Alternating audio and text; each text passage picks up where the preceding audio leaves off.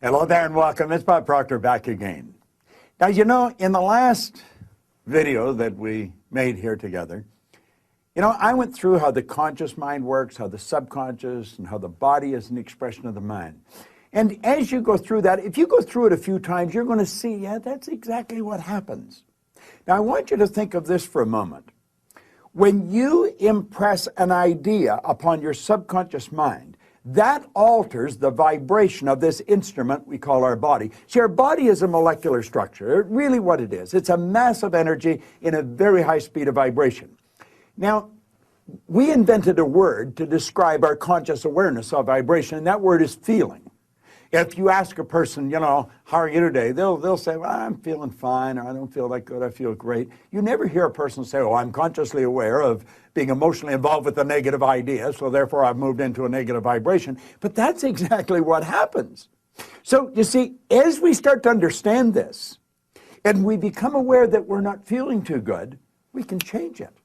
Now, it takes a little training, but you can do it. We are really in charge of how we feel. Now, we let other people upset us, but we don't have to let other people upset us. We don't need to react to them. We can respond. We can listen to what they're saying, and they say, well, you're entitled to your opinion, but that's just not what I'm like. And we can hold our own idea of ourselves. You see, it's important that we grasp how the mind works and that we understand the relationship of the body to the mind and the mind to the body. Now, it's our results that we want to change. Now, our results could be in our physical body. It may want to be, you may want to cast off a few pounds. You may want to put on a couple of pounds. You may want to have a little higher energy. See, all the energy there ever was or ever will be is 100% evenly present in all places at the same time. Everything's energy. You know, you'll hear people say, where does he get all the energy? Where does she get all the... Nobody gets energy. Everybody releases energy. Desire is the triggering mechanism that, whoo, lets the energy flow. Now, let's go back and have a quick review. Here you've got the little stick person here.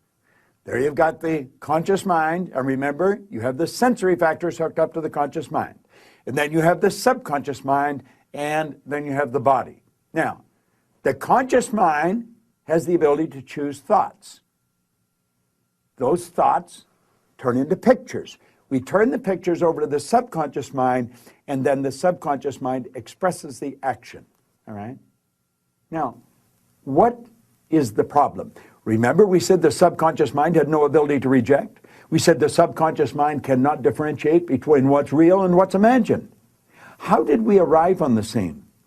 I'll tell you. When you arrived on the scene, you did not have any conscious faculties developed. The sensory factors weren't even developed. This is how you arrived.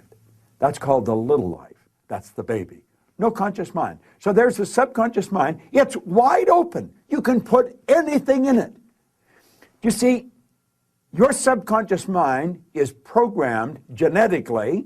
That's why we look like our relatives. It's built right into the genes at birth. But then we're programmed environmentally. Carl Mendiger from the Mendiger Foundation in Topeka one time said, environment is more important than heredity. Why do you think you speak the language you speak? You speak that language because you were surrounded by people that speak that language in your little life. And the language just went right into the subconscious mind. If you grew up in a home that was bilingual, you learned both languages. I had an associate over in Kuala Lumpur, had a little boy, he spoke 4 languages at 4 years of age. And you'd look at that and you'd say, my gosh. No. The baby was programmed. Why do you like the food you like? It's programming. That's right. Now, let's stop and think about the environment we were raised in. Here's the baby, and look at the ideas and the thoughts and the concepts that are going on around that baby are going right into that baby's subconscious mind. Now, through repetition, over and over and over again, and remember, the baby's getting it all day, all week, every week, all month, every month, all year, and this goes on for 4 or 5 years. And the baby reaches the age of 4 or 5 where they can start to think that baby's programmed. That baby is programmed to think like the people it had been surrounded by. If the people that surrounded that baby had gone right through school, the baby will probably grow up and go right through school. If the people that were surrounding that baby always lived in hard times, never had any money, always in debt, that's probably how that baby's going to grow up. Now, this is bizarre, but this is how it happens. It's how it happens for me. I was raised during a depression. We didn't have any money. There was always talk about no money. You should be satisfied with what you've got. Well, that's not true. You should never be satisfied with what you've got. You should be happy with what you've got. Dissatisfaction is actually a creative state. So here we have now a baby that has been programmed. Now, let's take and think for a moment. What happens when that baby starts to think for itself? Now think of this. The paradigm controls the vibration controls the action which produces the result. Now here we go. Here you got the baby with the paradigm, and the conscious faculties have developed. They have the ability to think. There's a power flowing into them. What are they going to think? They're going to think thoughts that are in harmony with that paradigm. That's right. We've been raised to believe you go to work to earn money. Do you know that working is the very worst way to earn money? That's right. You should go to work for satisfaction, not for money. You provide service for money. You can earn money while you're sleeping. In fact, we have programs where we teach people to actually earn more money while they're sleeping than they'll ever need to use while they're awake. You say, well, that's a pipe dream. No, no. That's a paradigm that causes you to think that's a pipe dream. There's people doing that that are nowhere near as bright as you. But here we are now. We've got the person. They've been programmed in their little life genetically and environmentally. That paradigm is nothing but a multitude of habits.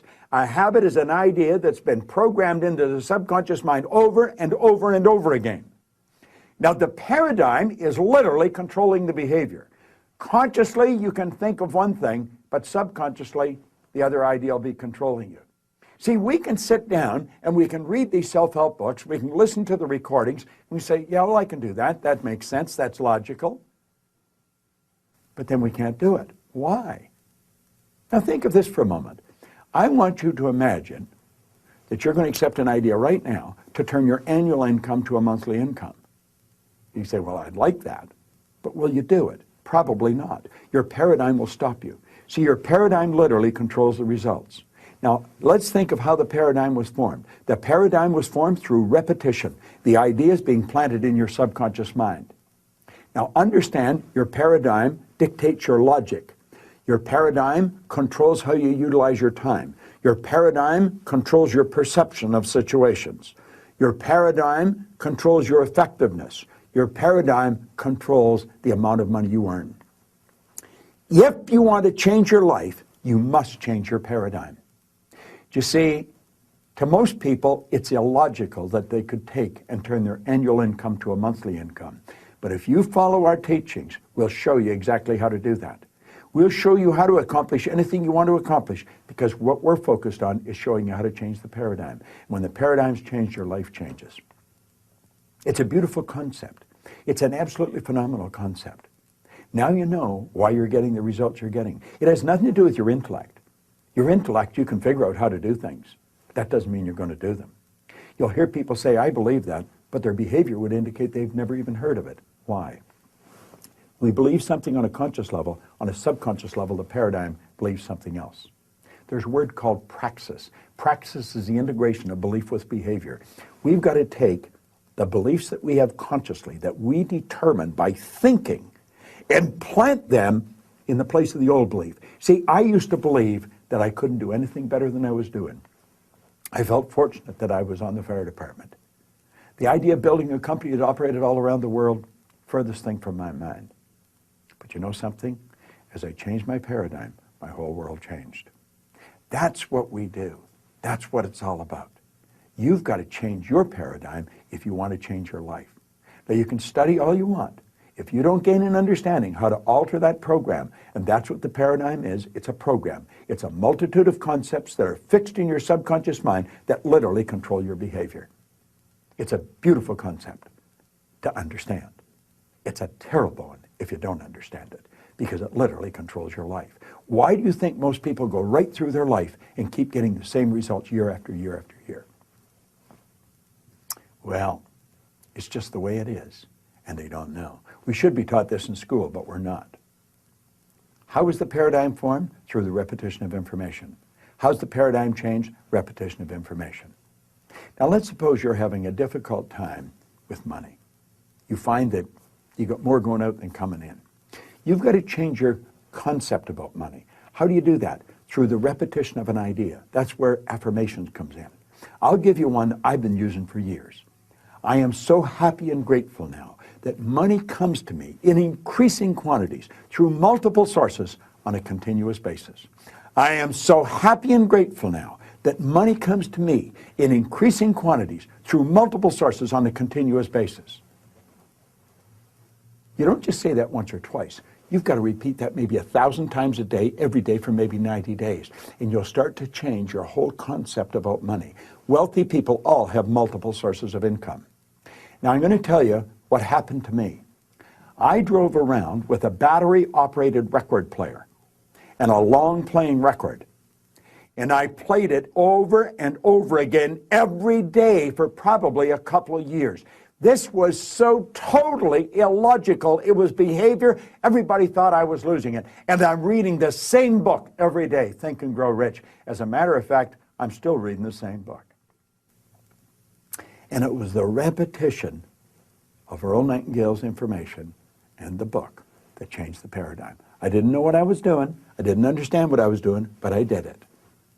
Do you know, I had a man come up to me in the Waldorf Hotel in New York, the Waldorf Astoria, at the end of a 3-day program, and he said, Bob, I really want to thank you for what you've just given to me. He said, for the first time in my life, I've understood how I accomplished what I did. I said, what did you do? He said, I won the gold medal in the decathlon in the Olympics in Melbourne, Australia in 1957. That's right. Milt Campbell. And he said, I never understood how I did it. He said, the next time you run a seminar, I want to bring my boys. And he did. Milt and I became great friends. In fact, Milt has a key to our house. He can come stay there anytime he wants. I live in Toronto, he's in New Jersey.